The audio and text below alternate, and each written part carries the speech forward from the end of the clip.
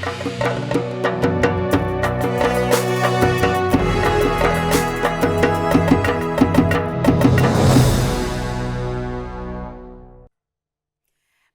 नरेंद्र मोदी की 5 देशों की यात्रा अपने आखिरी पड़ाव पर है। सोमवार को नॉर्वे में प्रधानमंत्री को सर्वोच्च सम्मान से नवाजा गया।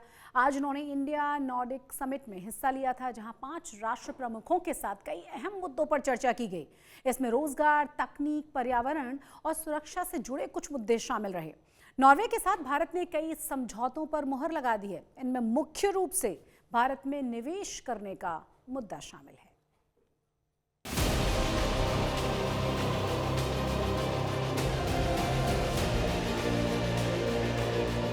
पीएम मोदी को नॉर्वे का सर्वोच्च सम्मान, भारत में $100 बिलियन निवेश का ऐलान, समंदर में भी दोनों देश मिलकर करेंगे काम। नॉर्वे दुनिया के खुशहाल और बेहद खूबसूरत देशों में से एक। अपनी 5 देशों की यात्रा के दौरान प्रधानमंत्री नरेंद्र मोदी जब यहां पहुंचे तो भारत के सम्मान में एक अध्याय और जुड़ गया। स्वीडन के बाद अब नॉर्वे ने भी पीएम नरेंद्र मोदी को अपने सर्वोच्च सम्मान से सम्मानित किया है। नॉर्वे के राजा हेरल्ड पंचम ने पीएम मोदी को grand cross of the royal Norwegian order of merit से सम्मानित किया। इसे मिलाकर अब तक पीएम मोदी को 32 अंतर्राष्ट्रीय सम्मान मिल चुके हैं। इससे पहले पीएम मोदी नॉर्वे की राजधानी ओस्लो पहुंचे तो बड़ी तादाद में भारतीय मूल के लोगों ने उनका स्वागत किया। और हम चाहते हैं कि वो ऐसे आते रहें और हमसे मिलते रहें, और वो जो भारत के लिए कर रहे हैं बहुत ही अच्छा कर रहे हैं और हमारे देश का नाम बहुत ही ऊपर जा रहा है। बहुत ही अच्छा लग रहा है कि यहाँ पर जो भी लोग रहते हैं वो उनको बहुत ही सम्मान देते हैं और बहुत प्यार करते हैं। We feel so lucky that we got honor to meet our Prime Minister. We are so lucky. बहुत है, वैसे में मिला दर्शन हुए उनके पहले, फिर भी बहुत अधिक एक्साइटमेंट है। फिर शुरू हुआ मेल मुलाकातों का सिलसिला। कारोबार से लेकर पर्यावरण और तकनीक से लेकर ताकत तक के पहलुओं पर बात हुई और कई अहम समझौतों पर मुहर भी लगी।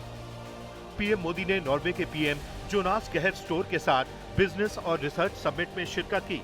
पिछले साल ही भारत और यूरोपियन फ्री ट्रेड एसोसिएशन देशों के बीच ऐतिहासिक व्यापार और आर्थिक साझेदारी समझौता लागू हुआ था। पीएम मोदी ने उम्मीद जताई कि ये समझौता भारत और नॉर्वे के बीच साझा विकास और समृद्धि का मजबूत आधार बनेगा। इस समझौते के तहत अगले 15 साल में भारत में $100 अरब के निवेश और 10 लाख नौकरियां पैदा करने का लक्ष्य रखा गया है। बातें शुरू हुई तो उन 2 महायुद्धों तक जा पहुंची जिसमें एशिया और यूरोप ही नहीं पूरी दुनिया की अर्थव्यवस्था हिल गई है। सालों से मिसाइलें गरज रही हैं, बम बरस रहे हैं, लाखों बेकसूर लोग मारे जा रहे हैं और शहर के शहर तबाह हो रहे हैं। पीएम मोदी ने साफ किया कि शांति से ही इन समस्याओं का समाधान मुमकिन है। भारत और नॉर्वे दोनों रूल्स बेस्ड ऑर्डर, डायलॉग और डिप्लोमेसी में विश्वास रखते हैं। हम एकमत है कि मिलिट्री कॉन्फ्लिक्ट से किसी भी मुद्दे का समाधान नहीं निकल सकता। यूक्रेन हो या पश्चिमी एशिया, हम संघर्ष की शीघ्र समाप्ति और शांति के हर प्रयास के समर्थन करते हैं। युद्ध की बात छिड़ी तो आतंकवाद तक जा पहुंची। पीएम मोदी ने अपने भाषण में पहलगाम हमले का जिक्र किया और संकट के समय साथ देने के लिए नॉर्वे का शुक्रिया अदा किया। मैं पिछले वर्ष नॉर्वे आने वाला था, लेकिन पहलगाम में हुए आतंकी हमले के कारण वह यात्रा स्थगित करनी पड़ी। उस कठिन समय में नॉर्वे ने आतंकवाद के विरुद्ध भारत के साथ मजबूती से खड़े होकर सच्ची मित्रता का परिचय दिया। पीएम मोदी की 5 देशों की यात्रा के दौरान कई अहम समझौतों पर मुहर लगी है। भारत और नॉर्वे के बीच कारोबार करीब $2.73 बिलियन तक पहुंच चुका है। वहीं नॉर्वे के सरकारी वेल्थ फंड ने भारतीय बाजारों में $28 बिलियन का निवेश किया है। भारत और पूरे नॉर्डिक क्षेत्र के बीच कुल व्यापार करीब $19 बिलियन आंका गया है। 2 साल पहले हुए भारत EFTA व्यापार समझौते के तहत भारतीय निर्यात को EFTA देशों में 99% से ज्यादा ड्यूटी फ्री एक्सेस मिला है। जाहिर है, स्पेस से लेकर समंदर तक अब न सिर्फ भारत सैन्य क्षेत्र में मजबूती के साथ उभर रहा है, बल्कि कारोबारी रिश्ते मजबूत कर वो बड़ी आर्थिक ताकत भी बन रहा है। आज तक ब्यूरो। गुजरात में शहर शहर पेट्रोल डीजल का संकट देखने को मिल रहा है। कहीं पेट्रोल पंपों पर लंबी लंबी लाइनें हैं तो कहीं नो फ्यूल का बोर्ड लगा दिया गया है। बनासकांठा जिले में आपको बता दें कि वापथरा क्षेत्र में पिछले एक सप्ताह से पेट्रोल और डीजल की कमी के चलते किसान और आम लोग परेशान हैं। तो सूरत के कई पेट्रोल पंपों पर लगा हुआ है नो फ्यूल का बोर्ड, जिससे लोगों की मायूस होकर लौटना पड़ रहा है। वहीं महिसागर और अहमदाबाद के पेट्रोल पंपों पर लोगों की भारी भीड़ नजर आ रही है। पेट्रोल डीजल के लिए लोग लंबी लाइनों में खड़े रहने के लिए मजबूर हैं। बाबर मेरा पेट्रोल पंप है। अभी पेट्रोल की अछत थोड़ी है। जो अगले साल जो पेट्रोल डीजल आ रहा था उससे थोड़ा कम आ रहा है। बहुत दिक्कत नहीं है, लेकिन लोग क्या करते हैं तो अभी जिसको जितना चाहिए इससे डबल 3 गुना ज़्यादा ले जा रहा है। उसको जिसको 2 लीटर की ज़रूरत पेट्रोल है वो 10 लीटर लेके जा रहा है। और ऐसे प्रॉब्लम है और कोई पेट्रोल डीजल में प्रॉब्लम नहीं है। सब जगह पे पेट्रोल आता है, नहीं आता है ऐसा प्रॉब्लम नहीं है। अभी हम डीजल लेने के लिए पेट्रोल पंप पे लाइन में खड़े हैं, 2 घंटे से खड़े हैं, पर डीजल का कोई व्यवस्था अच्छी नहीं है और मिल नहीं रहा है। इसलिए हम किसानों को बहुत ज़्यादा तकलीफ़ हो रही है। और ट्रैक्टर ज़्यादातर अभी तो सीजन चल रहा है ट्रैक्टरों का और डीजल नहीं मिल रहा है। तो सरकार से यही विनती है कि डीजल का जत्था जो है पेट्रोल पंप पर, सभी पेट्रोल पंप पर पूरा किया जाए और किसानों को ज़्यादातर डीजल मिले, ऐसी विनती है मेरी। हाल ही में प्रधानमंत्री नरेंद्र मोदी ने लोगों से 1 साल तक सोना नहीं खरीदने की अपील की थी और इससे गोल्ड ज्वेलरी इंडस्ट्री पर बड़ा असर दिख रहा है। ज्वेलरी कारोबार, इससे जुड़े छोटे व्यापारी और कारीगर परेशान हैं। आज तक की टीम ने सूरत की गोल्ड ज्वेलरी बनाने वाली फैक्ट्री का जायजा लिया। वहां हालात कैसे हैं फिलहाल, ये देखिए।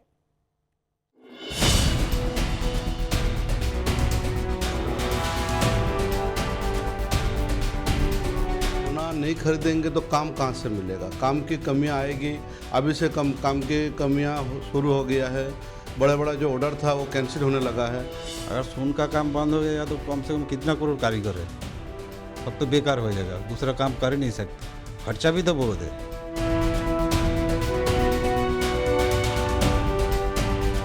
मैं आप सबसे, देशवासियों से आग्रह करूंगा कि जब तक हालात सामान्य न हो हम सोने की खरीद को टालें। प्रधानमंत्री नरेंद्र मोदी की इस अपील का असर दिखने लगा है। लोग सोने के गहने खरीदने से परहेज करने लगे हैं। सोने के गहनों की डिमांड कम होने से सोने के व्यापार से जुड़े लोगों के सामने बड़ा संकट खड़ा हो गया है। ये सूरत के खटोदरा इलाके में गोल्ड ज्वेलरी बनाने वाली फैक्ट्री है। यहाँ काम करने वाले लोग सोने के अलग अलग तरह के गहने बना रहे हैं, मगर टेंशन ये है कि लोग सोना नहीं खरीदेंगे और इनके प्रोडक्ट नहीं बिकेंगे तो नौकरी कब तक चलेगी, कब बेरोजगार हो जाएंगे, कोई नहीं जानता। प्रधानमंत्री नरेंद्र मोदी ने देश के लोगों से 1 साल तक सोना नहीं खरीदने की अपील की है। अब प्रधानमंत्री की इस अपील का बहुत जगह अनुसरण भी हो रहा, लोग पालन भी कर रहे हैं। लेकिन इस सोने के व्यापार से जुड़े लोग क्या सोचते हैं, ये जानने के लिए आज तक की टीम पहुंची है सूरत की एक गहने बनाने वाली फैक्ट्री पर, जहां पर सोने के गहने बनाए जाते हैं विविध प्रकार के। तो हम अंदर की तस्वीरें आपको दिखा रहे हैं। आप देख सकते हैं यहाँ पर जो अलग अलग जो यहाँ पर काम करने वाले लोग हैं वो काम कर रहे हैं, अलग अलग चीज़ों को बना रहे हैं। सोने के जो आइटम्स हैं वो बना रहे हैं, चाहे पेंडल हो, चूड़ियाँ हो या जो भी हार वगैरह हैं, तो सारी चीज़ें यहाँ पर बनाई जाती हैं। इन वर्करों को भी आप देख सकते हैं किस तरह से काम कर रहे हैं। तब प्रधानमंत्री नरेंद्र मोदी की अपील है कि देश के लोग 1 साल तक सोना न खरीदें। तो अब सोना जब खरीदा नहीं जाएगा तो स्वाभाविक तौर पे प्रोडक्शन पर भी असर पड़ेगा, और प्रोडक्शन पर असर पड़ेगा तो जो यहाँ लोग काम कर रहे हैं या जो फैक्ट्री को चला रहे हैं उन सभी लोगों पर इसका असर होगा। इस ज्वेलरी फैक्ट्री के ओनर ने बताया कि प्रधानमंत्री की अपील का असर दिख रहा है। बड़े ऑर्डर कैंसिल होने लगे हैं। पूरे भारत में करीब 1.5 करोड़ कारीगर है और उनके परिवार के सदस्यों को मिलाकर ये संख्या 5 से 6 करोड़ हो जाती है। सवाल यह है कि इन परिवारों का क्या होगा। देखिए, असर तो पड़ेगा ही। सब कम से कम पूरे इंडिया में 1.5 करोड़ कारीगर है और उस कारीगर के पीछे 4-5 उनका परिवार के साथ 5-6 करोड़ हो जाता है। तो अगर सोना नहीं खरीदेंगे तो काम कहाँ से मिलेगा? काम की कमियां आएगी। अभी से काम की कमियां शुरू हो गया है। बड़ा बड़ा जो ऑर्डर था वो कैंसिल होने लगा है। तो 1 महीना, 1.5 महीना, 2 महीना चलेगा, उसके बाद क्या? और अगर देश के लिए, देश के हित में अगर हमें कुछ इस तरह से दूसरा कुछ काम करना हो, लेकिन हमारा काम बरकरार रख के कुछ करना हो तो हम करेंगे।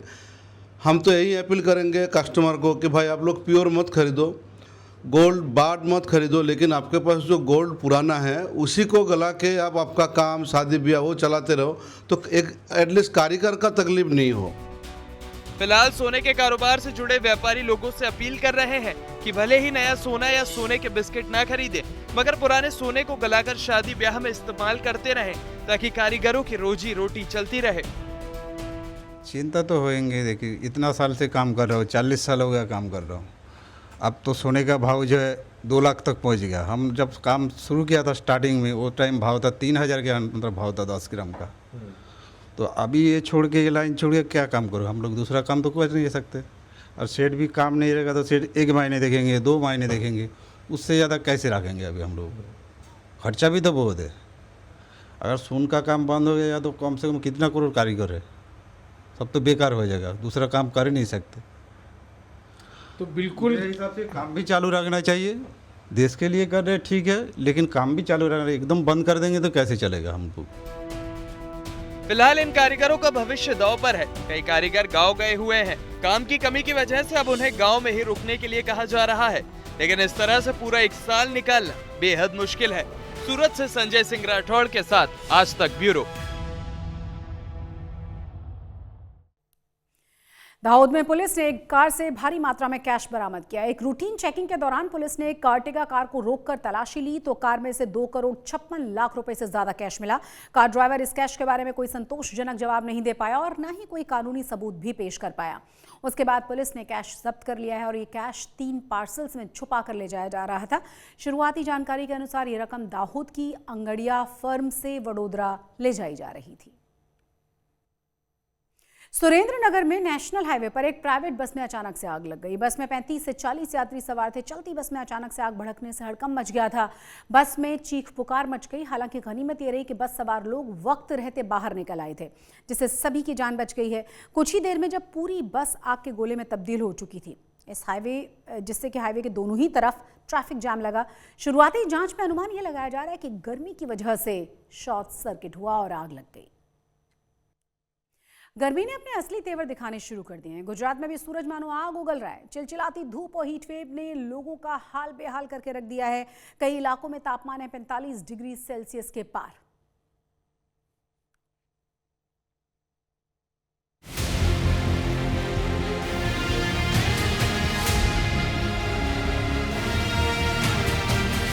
चिलचिलाती धूप और लू के थपेड़ों के साथ पूरे गुजरात में प्रचंड गर्मी पड़ रही है। ज्यादातर जिलों में तापमान 40 डिग्री के पार है। गुजरात में पिछला सप्ताह बेहद गर्म रहा। कई जिलों में तापमान 45 डिग्री तक पहुंच गया। रविवार को राज्य का सबसे गर्म शहर सुरेंद्रनगर रहा, जहां तापमान 44.5 डिग्री सेल्सियस दर्ज की गई। वहीं अहमदाबाद, राजकोट, अमरेली और गांधीनगर में भी पारा 43 डिग्री के ऊपर रहा। ऐसे में लोग तेज गर्मी से बेहाल हैं। हालांकि अब वेस्टर्न डिस्टर्बेंस की वजह से तापमान 1 से 2 डिग्री कम होने का अनुमान है, मगर उमस की वजह से गर्मी से राहत मिलने की उम्मीद कम है। गुजरात में पिछले सप्ताह भीषण गर्मी का सामना कर चुके नागरिकों के लिए थोड़ी राहत की बात मिली है, पर गर्मी से राहत अभी भी नहीं है। मौसम विभाग ने जो अनुमान जताया है, वेस्टर्न डिस्टर्बेंस के चलते गर्मी का पारा 44 से 45 डिग्री नहीं पहुंचेगा, पर 42 डिग्री से कम भी नहीं होगा। यानी कि 40 से 42 डिग्री के आसपास सभी शहरों में जो है वो गर्मी रहने की संभावना है। उमस रहेगा और उसकी वजह से लोगों को दिक्कतों का सामना करना पड़ेगा। वेस्टर्न डिस्टर्बेंस के चलते 15 से 20 किलोमीटर की गति से जो है हवाएं चलने का अनुमान भी जो है वो मौसम विभाग ने बताया है। हालांकि हीट वेव जो है उसका अलर्ट अभी नहीं दिया गया है, क्योंकि गर्मी का पारा 40 से 42 डिग्री के बीच में रहेगा। पिछले सप्ताह गुजरात के ज्यादातर शहरों में जो तापमान था वो 42 से 44 डिग्री के बीच में था। वहां पे हीट अलर्ट भी दिया गया था, हीट वेव का अलर्ट भी था और गर्मी से बचने के लोगों को घर से बाहर न निकलने की हिदायत भी दी गई थी। पूरे गुजरात में गर्मी के तेवर दिख रहे हैं। दोपहर 12 बजे से 3 बजे तक तो सड़कों पर सन्नाटा रहने लगा है। मौसम विभाग की ओर से हीट वेव का अलर्ट जारी कर दिया गया है।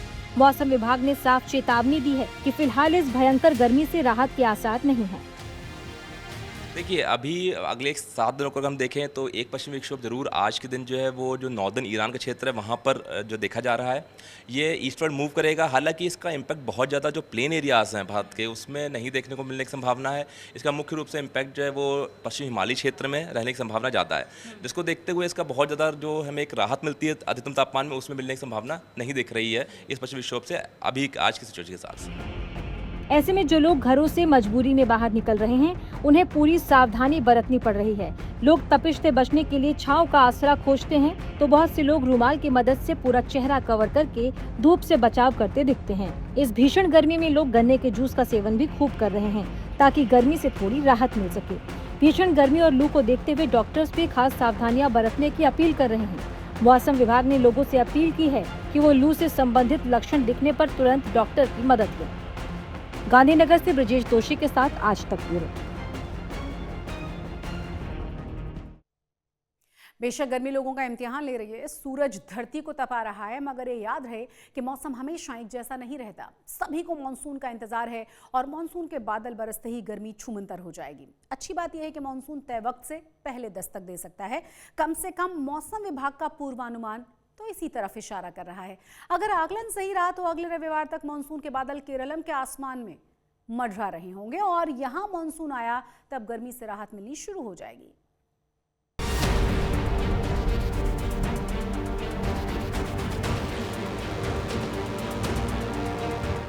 सूरज की तपिश से पंखे थक चुके हैं। घर से बाहर निकलने पर ऐसा लगता है जैसे सड़कें आग उगल रही हों। लू के थपेड़ों से दोपहर में बाहर निकलना मुश्किल हो रहा है। लू के इन थपेड़ों के बीच गुड न्यूज ये है कि जल्द मॉनसून दस्तक देने वाला है।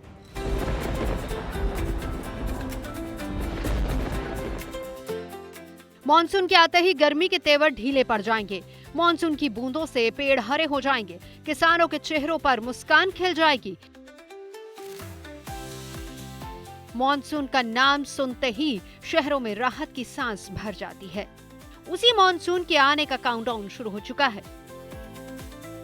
मौसम विभाग की माने तो मॉनसून समय से पहले आगे बढ़ रहा है। ये अंडमान निकोबार द्वीप समूह के दक्षिणी सिरे से लेकर उत्तरी सिरे तक फैल चुका है। साथ ही अरब सागर और बंगाल की खाड़ी के दक्षिण और मध्य भागों में आगे बढ़ चुका है।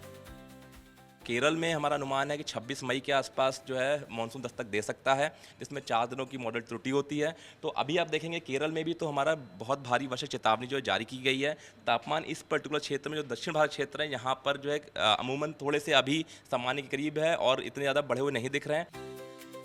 मौसम विभाग का अनुमान है कि परिस्थितियां अनुकूल बनती गईं तो मॉनसून 22 से 30 मई को केरल में दस्तक दे सकता है।